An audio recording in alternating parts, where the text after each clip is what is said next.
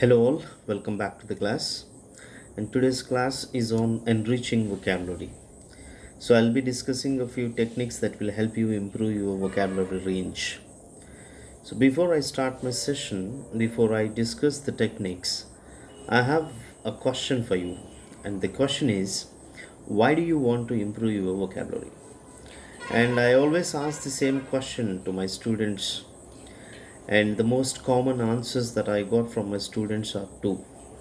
So I've written these two answers on the screen. You can see those answers on screen. So most of the students tell me that they want to improve their vocabulary because they want to speak good language or they want to write good English. So it is to speak or write good English. So this is one common answer that I get from the students. And the second one is to clear competitive written exams or to perform well in campus drives and get placed. So the second category of the students, they want to clear the exams and they want to get placed. So their target is not to speak or write good English, but to clear the exams and get an offer. And there is one more category, that is the third group. They want both. They want to speak and write good language, and they also want to get placed. They want to clear different exams and perform well in all the exams. And now you need to decide what category that you belong to.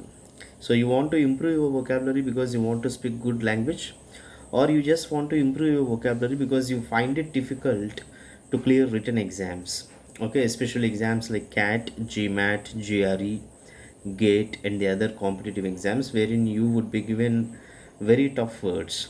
Okay, you often come across the words which you find almost very difficult to answer in the exams. They are all very strange words, alien words. Okay, but don't worry, I'll help you guys to learn vocabulary, and I'll try to give you all possible suggestions that I can. So in case if your target is to speak or write good English, okay, so you have enough time, and the motivation for you is your desire, and that desire itself is the motivation, because you want to speak or you want to write good English. So that desire is the motivation. You don't have any other impetus there. Like for the people who want to get placements or who want to get an offer, their motivation is a job, okay, or their target is to clear exams. But for those who just want to write or speak good language, there is no other motivation except their desire to speak or write. So for these kind of people, they find enough time because they will not have any exams to clear immediately. So what you can do is you try to cultivate the habit of reading a lot, and also try to listen to the language more. The more you read, the better you write, and the more you listen to, the better you speak. So cultivate these two habits, reading and listening to the language more, so that you naturally improve your vocabulary. And one more thing that you guys need to do is, whenever you are listening or reading reading something, you also need to maintain a separate book. And when you come across new expressions or new words, please try to note down on a sheet of papers, or probably note down in your notebooks, and try to use these words in your day-to-day conversations. Try to convert your passive vocabulary into active, so that these words get registered in your mind for a longer time.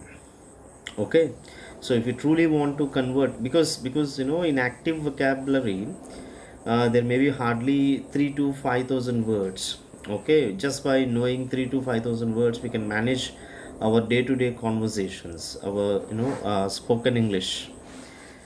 But when it comes to clearing the exams and to perform well in campus placement drives, you need to have a different plan, because there will be a deadline, there will be a target. You hardly have 3 months time or 4 months time to clear the exams. Within these 3 to 4 months of time, you need to get complete command over CAT vocabulary or GRE vocabulary list, and you should also be performing well in the exams, and scoring the cutoff, so that you can take the other rounds. In case if you fail to clear the written test, you cannot be allowed to take the other rounds. So here the target is different. And when you are preparing for the exams, the most important thing is, whatever the words that you are learning, you must be able to remember these words as long as you complete your exams. When you go and take an exam, if the when you come across the word that you have already learned, if the meaning doesn't strike your mind, it's of no use. So when it comes to exam preparation, you prepare a lot, you read thousands of words, but unfortunately when you go for exam, most of the students forget these words, because what they do is they try to mug up the words. Mugging up doesn't work. It doesn't work at all. So then what is the solution? So how can I remember the words that I'm learning now until I take my exam? How can I perform well in the exams? So what should I do? So I suggest you three techniques. In my experience, this is how I have learned my words. Okay, whatever the words that I know today, I learned following these three techniques. The first one is etymology. Etymology is the scientific study of words, which includes prefixes, suffixes, and root words. What we need to do, I'll discuss later. I'll tell you later. So etymology is one thing that you can adopt to improve your vocabulary. So the other thing is learning words through pictures. So there may be some words in which you may not find any roots or prefixes or suffixes. So some words may not have any roots in it. Then how can you remember that word? You can remember that word using pictures, because when you learn words using pictures, the image gets registered in your mind, and next time when you come across that word, the image strikes your mind actually. With the help of this image, you can guess the meaning, you can recollect the meaning that you have learned. And the third thing is association memory. In psychology there is a concept called association, and word as we call it as word associations. So you associate a particular word with another word. Whenever you come across this word, one word, the other strikes your mind. Okay, so association memory, when you are trying to associate words, when you learn an English word which is very difficult to remember, what you need to do is you associate this word with one of the words in your mother tongue. Okay, that will make your job easy. Okay, I'll tell you how you have to do these things. So let's concentrate on the first one. This is etymology. I told you etymology is a scientific study of words. Okay, in etymology there are three major parts. One is prefix, and the other one is roots, and the third one is suffixes. So let's discuss what is a prefix. A prefix is something that is added before a word to make a new word. For example, you can see some prefixes here. There is a base word called biography, and there is a prefix called auto. When you add auto before a word called biography, it becomes autobiography. So now by adding auto before an individual word called biography, you get a new word, autobiography. So these are actually called as prefixes. So prefixes are such parts which are used to which we use to create new words. So you have one more prefix here, able, and the prefix is un, and the new word that we get is unable. There is one more prefix, pre, and the base word is war, and the new word, by adding pre before war, you get pre-war. And you have sub. By adding sub before marine, you get submarine. So how these prefixes are going to help you to guess the meanings in the exams? As I told you, you cannot mug up all the words. What you need to do is you need to follow techniques so that you can guess the meaning of a new word or a strange word in the exams with the help of these words. So how these prefixes help is, if you know auto means self actually.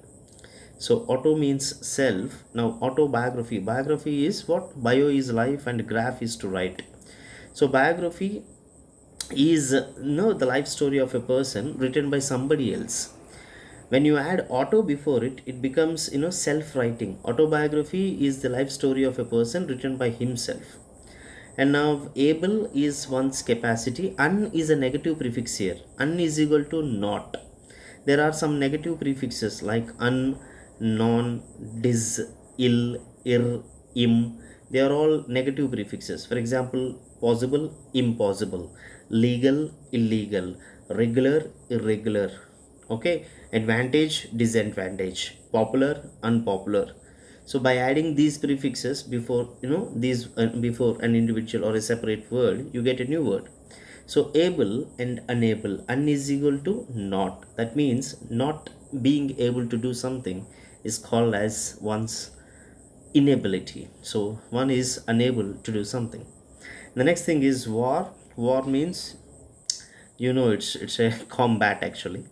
So you have a prefix here, pre actually has been originated from Sanskrit, that is pra, which means before. So here pre is equal to before. So war and pre-war is equal to before war. Okay, and like the most most frequent or the most common word that we use is prepaid. Okay, prepaid and postpaid. Pre is before and post is offer. Prepaid is something that you need to pay before you get the benefits, and postpaid is you use before and then you pay. Fine. And marine and submarine. Sub actually means under. Marine is water. Submarine is something that actually travels under the water, right? So this is what you can do with the help of prefixes. Now the second thing that you need to know is root words. Okay, so here there are two words, credible and incredible. Concentrate on these two words, credible and incredible.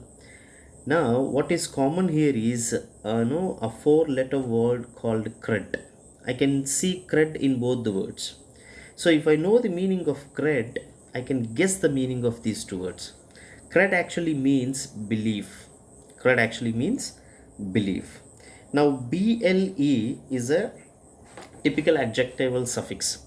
Credible is equal to something that is believable. Okay, now I have already given an example there. We have received credible information about their location. That means the information that is believable, something that can be trusted. So credible is believable. Now I have added a prefix called in before credible, so as to create a new word. Okay, so I joined in before credible. So sorry, credible is joined with in, and now it has become incredible. Credible is believable, and incredible is something that is unbelievable. Okay, India has shown incredible performance. So this is India has shown incredible performance, means something that you cannot believe. They have shown unbelievable performance. Okay, hope you understood what a root is. Okay, and now let me tell you the difference between prefix and root. Okay, prefix is added before a word. Okay, prefixes are generally added before words, but root words are not added before words. They are the integral parts of the words. For example, here credible and incredible. In these two words, you notice cred as an integral part of the word. Okay, cred is a root here, whereas in is not a root but a prefix. Okay, so prefixes are used before words. Okay, they are used before words. For example, possible, and now I am adding im to create a new word called impossible. Okay, advantage, I am adding dis to create a new word called disadvantage. So im and dis are prefixes, they are not roots. But whereas credible, ible, okay, if I divide cred plus ible, okay, ible is not a separate word. Okay, here cred is not a prefix, it is a root. Clear? Done. Next, now can you guys guess the meaning of credulous? Because I already discussed what cred means. You already know cred is equal to what? Cred means belief. Here we discussed cred means belief. You have learned two words, credible and incredible. Credible is believable, incredible is unbelievable. Now when you come across a word called credulous, maybe you haven't heard it before, but now that you know what is meant by CRED, cred, you must be able to guess its meaning, and you should also be able to tell what it could be. So it is something that is related to belief, right? So before we actually discuss, before I tell you what credulous is, let me tell you what are suffixes. So already in the last session, in sentence completion session, while I was discussing the techniques of sentence completion, I told you what suffixes are. Let me revise once again. A suffix, is that part which is actually added at the end of a word to change its grammatical category. See here, suffix helps us understand the grammatical category of the word. For example, imagine is a verb, and ine is a verbal suffix here, ine. So most of the words that end with ine are verbs. And by adding tion is a nominal suffix, it's a noun suffix. Imagine has become imagination.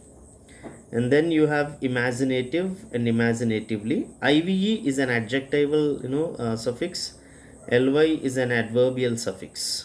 Fine, this is what suffixes do. This is the job of suffixes. The job of a suffix is to help people understand what the grammatical category of the word is. Okay, fine. Now look at this word credulous. So this has two parts. One is cred, which is a root, and the other part is ous, which is a suffix. Ous is an adjectival suffix, and let me tell you, ous actually means full of. It means what? It means full of. For example, gorgeous. Gorgeous is full of beauty. Okay, delicious, full of taste.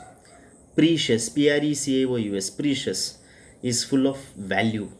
Now, credulous, you can guess cred is belief, and ous is full of, credulous is full of belief. So now you can guess, what credulous means. Cred is belief and ous is full of. It means full of belief. Now concentrate on the meaning, dictionary meaning of credulous. A credulous guy is someone who is ready to believe, especially on slight or uncertain evidence. This man believes everything. So a synonym for credulous is gullible. Gullible guys or credulous people are those who believe things very easily. You can easily cheat these kind of people. So few people, look at the example. Few people are credulous enough to believe such nonsense. They believe everything. So someone who easily believes everything can be called as a credulous guy. Clear?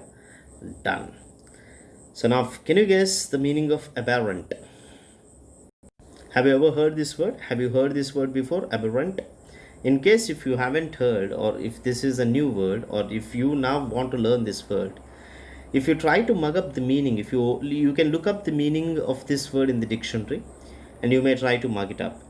But in case if you cannot convert this passive word into active, if you do not use it in your day-to-day conversations, how long can you remember this word? You cannot remember this word for a longer time unless you use it. So in India, especially in South India, or especially in West and East Godawaris, where we do not actually have the habit of communicating with the people in English, I don't think that you can use these words. So what I need to do when I come across the same word in the exam, now I'm learning. Today is June 5th. Now I'm learning this word. I'm going to take my exam again in the month of October. So if I look up the dictionary now and I search for the meaning, I may come across, I may know the meaning now, but if I do not use this word, I'll forget the meaning again.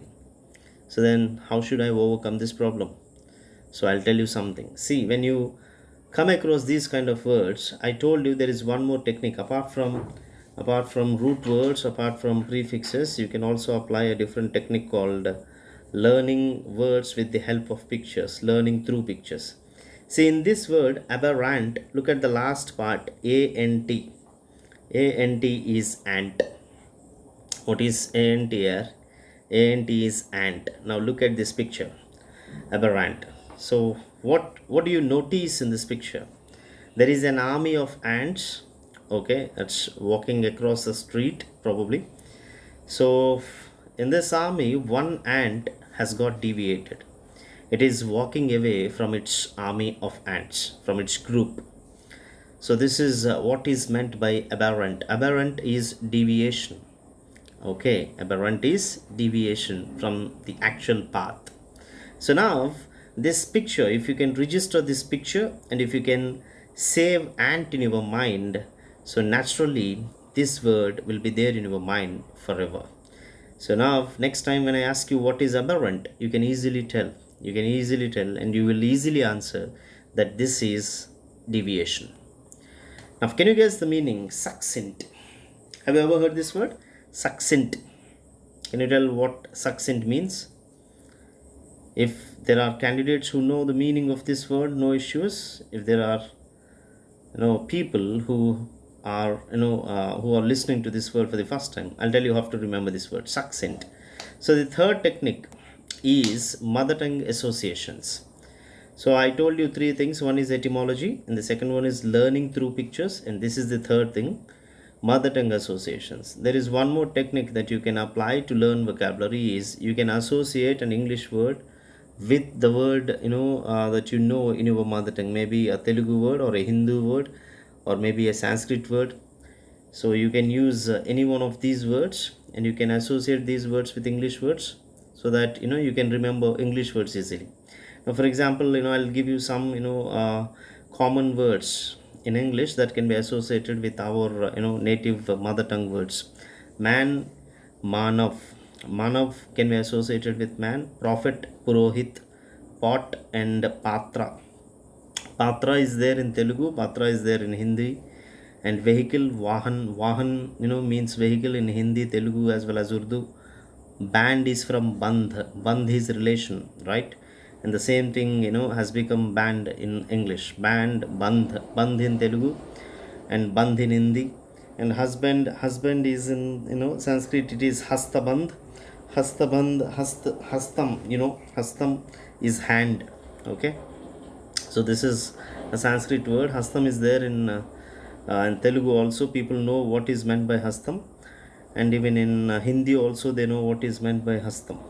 Okay, and even Urdu people, they know for them it is hath. Okay, hath in Urdu or hath in Hindi is hast in Sanskrit, and that has become has in English.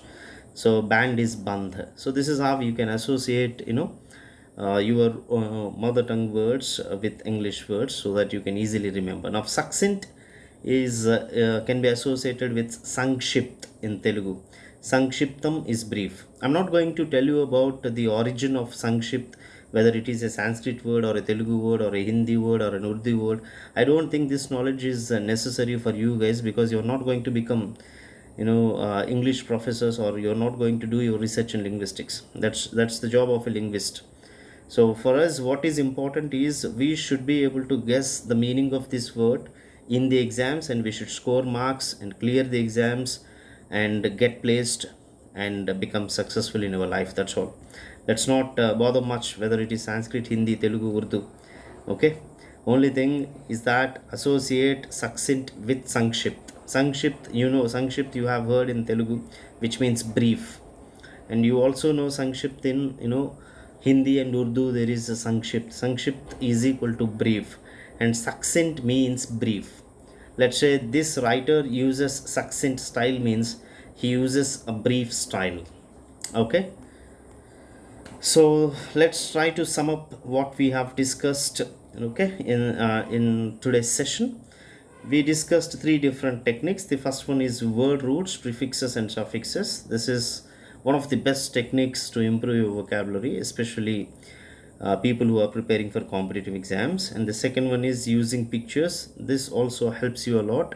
And the third one is association memory. So this is what we discussed today.